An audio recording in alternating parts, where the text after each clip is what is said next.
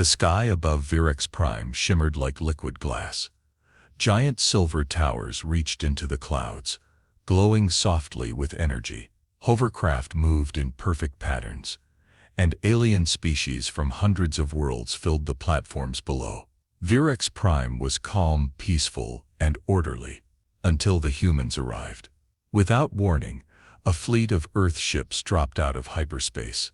They looked different from the sleek, polished ships of the Galactic Council. These ships were dark, dented, and scarred. Burn marks stretched across their hulls. Some still leaked gas. One even spun slightly, a sign of damaged stabilizers. Panic spread across the Council's skies. Council security ships rushed to intercept. Alarms rang through the skies of the capital. Civilian transports were grounded. Drones scanned the unknown vessels, identifying them as Terran-class warships, old, primitive, and powerful. Inside the largest of the Earth ships, Commander James Carter stood at the observation window. His eyes were tired but alert. The scars on his face told the story of too many battles. He wore a clean but worn uniform, its metal plates scratched by time and war. "They're watching us," said Lieutenant Rami, standing beside him. "Weapons powered but not locked. They're afraid." "They should be," Carter said quietly. "But not of our weapons, of our past." The ship began to descend. Virex Prime's landing protocols were overridden by a council directive, granting temporary permission for one ship only. Carter's ship, the Resolute, landed on the council platform under heavy guard. A crowd had gathered. News drones hovered in the air, broadcasting live. Dozens of alien delegates stared as the ship's ramp lowered. Council guards aimed energy rifles at the opening. Then Carter stepped out. Tall and steady, he walked forward without fear. His boots echoed on the polished metal floor. Behind him, a small team of humans followed in silence, all dressed in formal Earth uniforms. The Council's leader, High Chancellor Elindra Vale, approached with caution. Her skin shimmered like obsidian glass, and her long robes whispered as she walked. "You arrive without invitation," she said coldly. "Your ships are armed and damaged. Your history is soaked in violence. Explain yourself." Carter stopped 3 paces away. "I am Commander James Carter," he said. His voice was calm, steady. "We've come not to conquer, but to join. Earth seeks a place in the Galactic Council." A murmur swept through the delegates. Elindra raised a hand and silence returned. "You seek peace," she said. "But your ships are stained with blood. You come from war. You bring the scent of death with you." Carter didn't flinch. "Yes," he said. "We carry the weight of what we've done, but we carry something else too. Hope. Hope that we can be better. Hope that we can stand beside you, not beneath or against you." Elindra studied him, unreadable. "We will discuss your request," she said. "Under conditions. You will be observed, judged, and held responsible for every step you take." Carter nodded once. "We're ready." As the humans were escorted into the council hall, distant ships hovered silently above the skyline, watching, waiting. The war was over. But the real battle, acceptance, trust, redemption, was just beginning. Commander James Carter sat alone in his assigned chamber. The walls shimmered with soft blue light, and the air smelled faintly of crystal and ozone. Everything on Virex Prime was quiet. Too quiet for a man used to the roar of engines, the crack of gunfire, and the cries of battle. He stared at the small hologram on the desk. It was a rotating image of Earth, still scarred from decades of war. Clouds covered large parts of the surface, and several continents had deep burn marks where weapons had fallen. Cities were being rebuilt, but slowly. Nature was beginning to return. Life was moving forward, but the wounds were still fresh. A soft knock sounded at the door. "Enter," Carter said. Lieutenant Rami stepped in. "The council has scheduled your first interview. Tomorrow morning. They want to understand your past." Carter gave a small nod. "They'll hear more than they want to." Rami paused, then asked, "Are you sure we should be here, sir?" Some of them look at us like we're monsters. Carter looked out the window, his voice low. That's because some of us were. Later that night, Carter couldn't sleep. He sat on the edge of the bed, staring into the past. The war with the Draxan Empire had lasted 6 years. The Draxans were tall, insect-like beings with razor-sharp limbs and no fear of death. They attacked without warning, destroying Earth's outer colonies and killing millions. Carter had been a fleet commander back then. He was known for being fearless and ruthless. His orders had turned battles. His strategies had saved cities. But he had also made hard choices, choices that cost innocent lives. One memory haunted him the most. It was the battle over Delta 7, a small mining moon filled with civilians.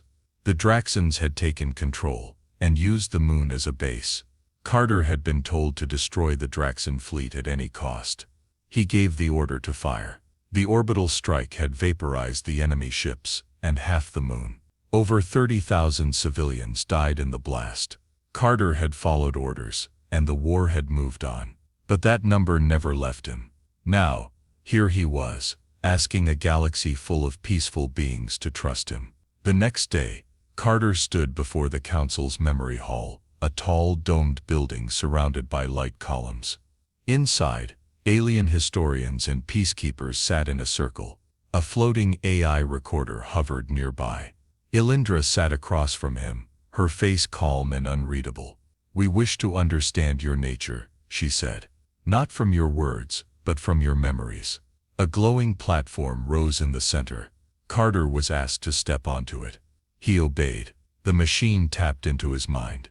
Memories played in the air above him like ghostly images. Battles, explosions, screams, orders shouted across command decks, lives lost, fires spreading through starships. Then came Delta 7. The explosion lit the chamber in red. The room fell silent as the image of the moon cracked and vanished into space. Carter stepped down, breathing slowly. "I made those choices," he said, "and I live with them. But I made them to protect Earth. We didn't want war. We were dragged into it. We just wanted to survive." Elindra stood. "Survival," she said softly. "At what cost?" Carter met her eyes. "You already know the cost. Now, I need to prove we can rise above it." She said nothing more, and left the chamber. Outside, the skies over Virex Prime were peaceful. But the past had been unleashed, and the future now hung in the balance. The Council's tests began the next day. Commander James Carter stood in the Grand Assembly Hall, surrounded by alien officials, scientists, and diplomats. The room was enormous, with smooth white floors and curved walls that shifted color depending on the speaker's tone. Above him, banners of every council member world hung in silence, except Earth's. That one was still missing. Blazindra stood at the center of the room. "You speak of peace," she said. "But peace is not declared, it is tested. Today your words must become actions." Carter nodded. "We're ready." The first trial was cultural understanding. Carter and his team were placed in a simulation chamber. Inside, holograms recreated scenes from various alien worlds, birth ceremonies, mourning rituals, negotiation practices. Carter had to respond correctly, showing respect and knowledge of each tradition. He passed most of them, though not without difficulty. In one he bowed too low, which was considered rude. In another he used his left hand, not knowing it was a gesture of disrespect on that planet. Still, he learned quickly. His ability to adapt impressed a few council members, though Elindra remained silent. The second trial was conflict resolution. A council moderator projected a tense scenario into the chamber. Two alien factions on the verge of war, one accusing the other of breaking a resource treaty. Carter was asked to mediate. He listened carefully to each side, taking notes, asking questions. He didn't rush. When emotions rose, he kept his tone calm.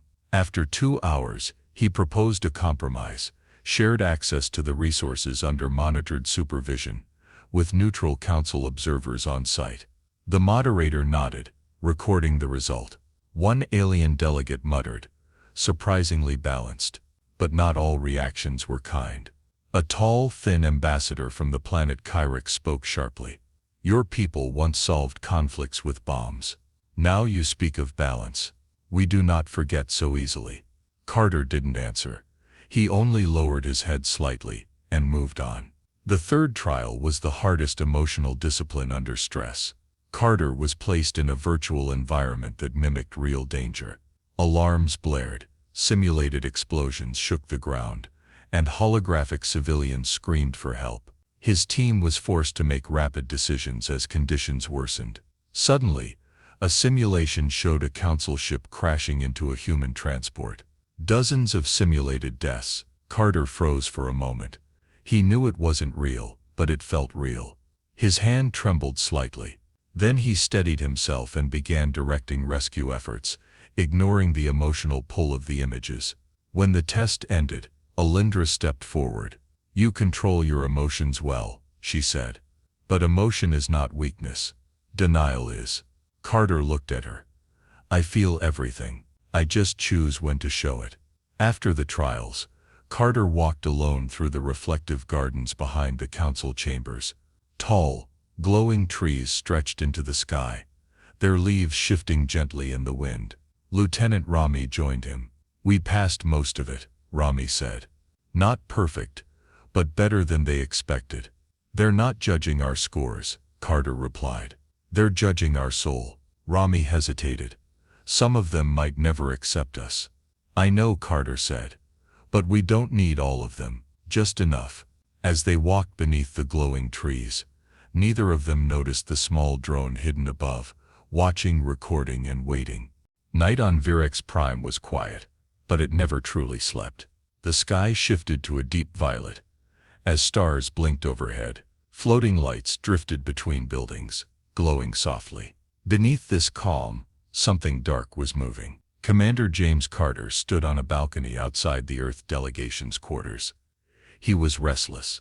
The trials were over, but the Council's opinion of Earth remained uncertain. Some members had shown interest. Others looked at the humans like they were dangerous animals waiting to snap. Behind him, a soft alert sounded. Carter turned. Lieutenant Rami entered, holding a data tablet. Sir, there's been an explosion. Council Research Station 9 was hit. No deaths, but serious damage. Carter's face tightened. Any idea who's responsible? That's the problem, Rami said. Security found a human-made explosive device. Silence. Carter took the tablet and scrolled through the report. Images showed a scorched lab, shattered glass, and Council security bots swarming the site. At the center, fragments of an Earth-manufactured detonator, one that hadn't been used on Earth since before the Draxan War. We don't even use this tech anymore, Carter muttered. But it looks like ours, Rami said. And that's enough. Within hours the news spread across Virex Prime. Council broadcasts accused Earth of sabotage. Headlines screamed, Terror at Station 9, Human Tactics Return. Alindra wasted no time. She stood before the Council and declared, This is what we feared. This is what we warned. They say they seek peace, yet they bring chaos. Carter was not allowed to speak. The Council voted to delay Earth's membership consideration. Security around the humans doubled, but Carter knew the truth. Someone wanted Earth to fail. That night, Carter met secretly with Taeon, a young alien diplomat from the planet Solari. Taeon had supported Earth's entry from the start. Why are you helping us? Carter asked. Taeon's skin shimmered a soft orange. Because I come from a world once feared. We were warriors too. We changed. So can you. They reviewed security footage together. At first, nothing seemed unusual. But then Taeon froze the video and zoomed in on a shadowed figure near the lab just before the blast. The being moved like a human, but too quickly, too smoothly. That's not one of yours, Taeon said. That's a mimic suit. High-end tech, council grade. Carter narrowed his eyes. Someone faked it. They planted the device. They want to make us look like a threat. But why? Taeon asked. Carter thought for a long moment. Because not everyone wants Earth at the table. And some will do anything to stop us. The next day, Carter sent a private message to Alindra. He offered to meet in person, to talk, alone. She ignored the request.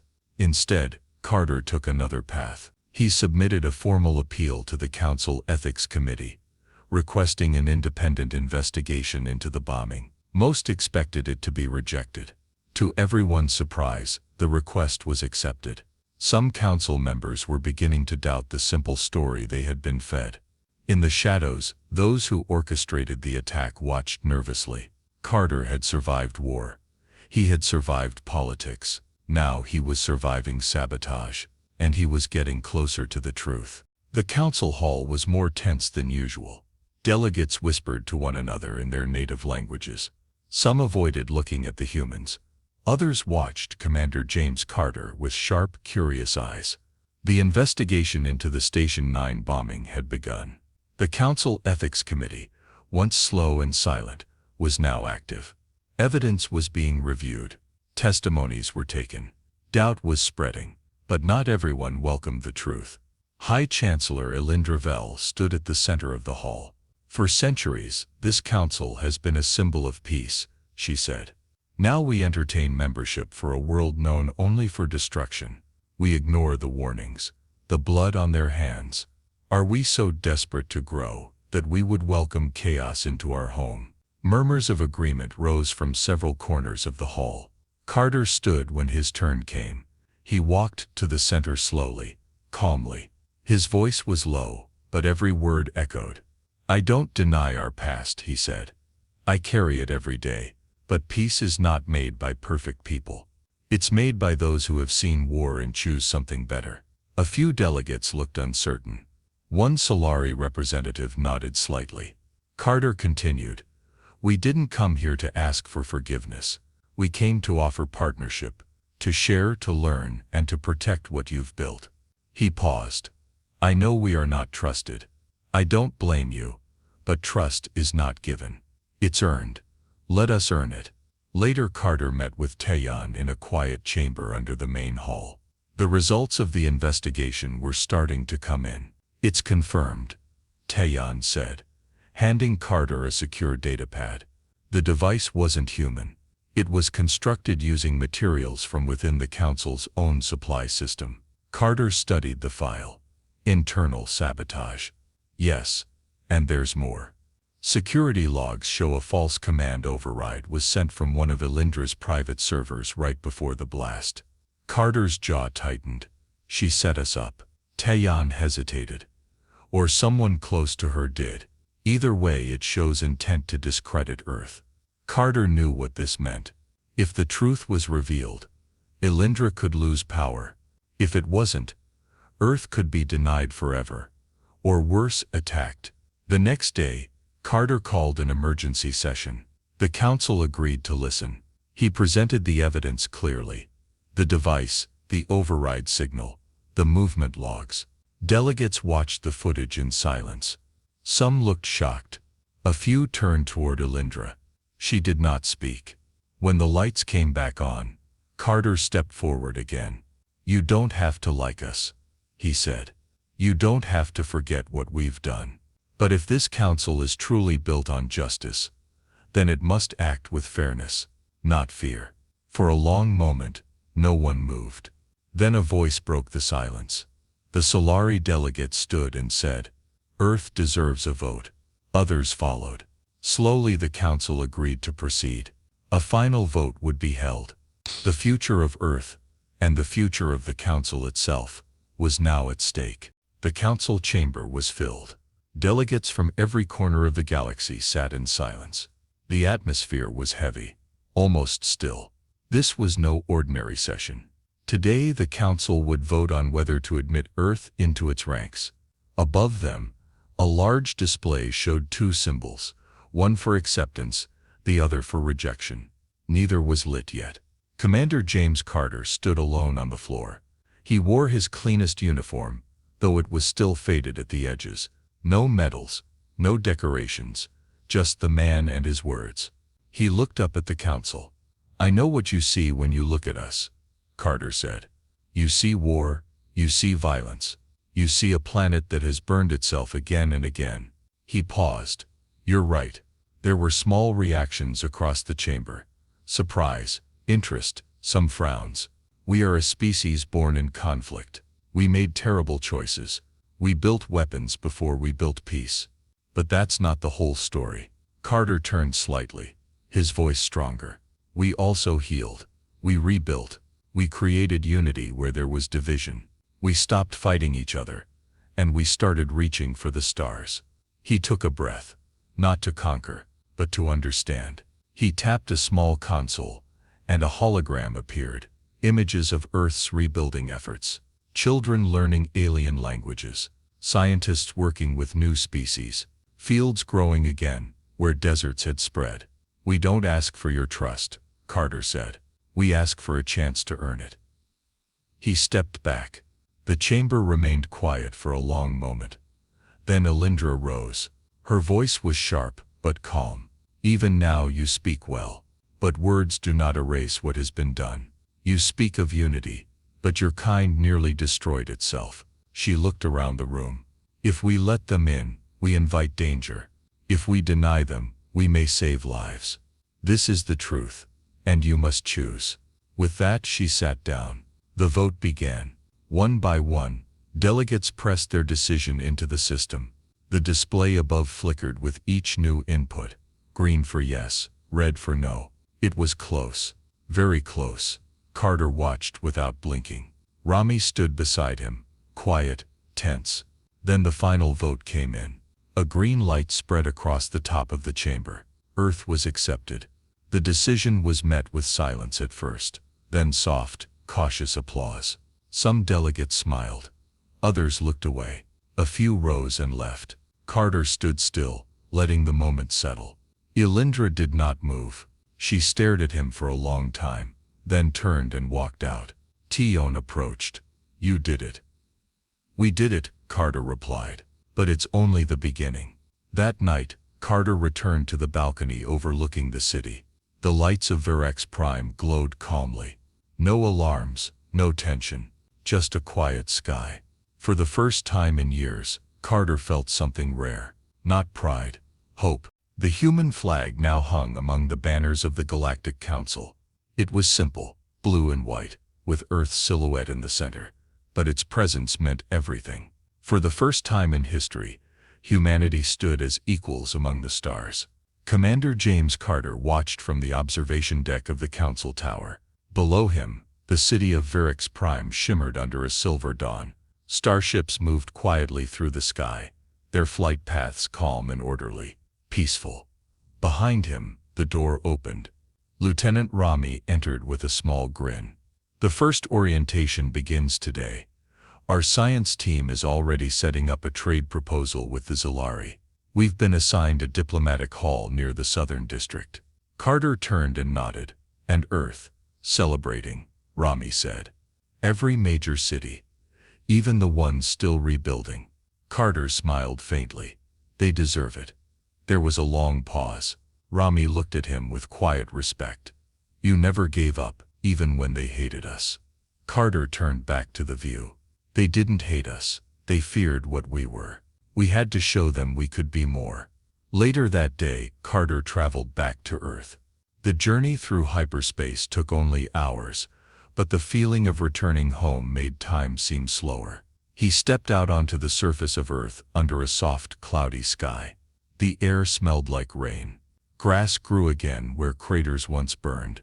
Repaired buildings stood next to greenhouses, solar farms and learning centers. In the city of New Geneva, Carter visited a school built near the old war memorial. The children were young, some laughing, some reading, some looking up at the stars through telescopes.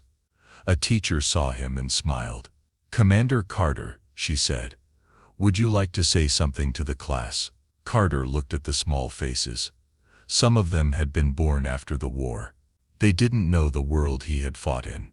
And maybe that was a good thing. He knelt down slightly to meet their eyes. Do you know why we fly ships to other worlds? He asked. A girl raised her hand. To make friends. He smiled. Yes, to make friends. And to learn. Because the galaxy is big, and we're part of it now. One boy pointed to the sky. Did you fight aliens? Carter's expression changed. He spoke gently. I fought to protect people, but I hope none of you ever have to. That evening, Carter stood alone on a small hill outside the city. The stars were clear. Above him, a faint light moved across the sky. A human ship headed back to Varix Prime. The wind was calm. He thought about the war, the battles, the council, and the vote. About Alindra, Tian, and the moment Earth was finally seen not as a threat, but as a voice. He took a deep breath. We were born in blood, he whispered. But we don't have to stay there. Behind him, laughter echoed from the city. A new world was taking shape. Not perfect, but full of promise. Humanity had arrived, not with weapons, but with hope.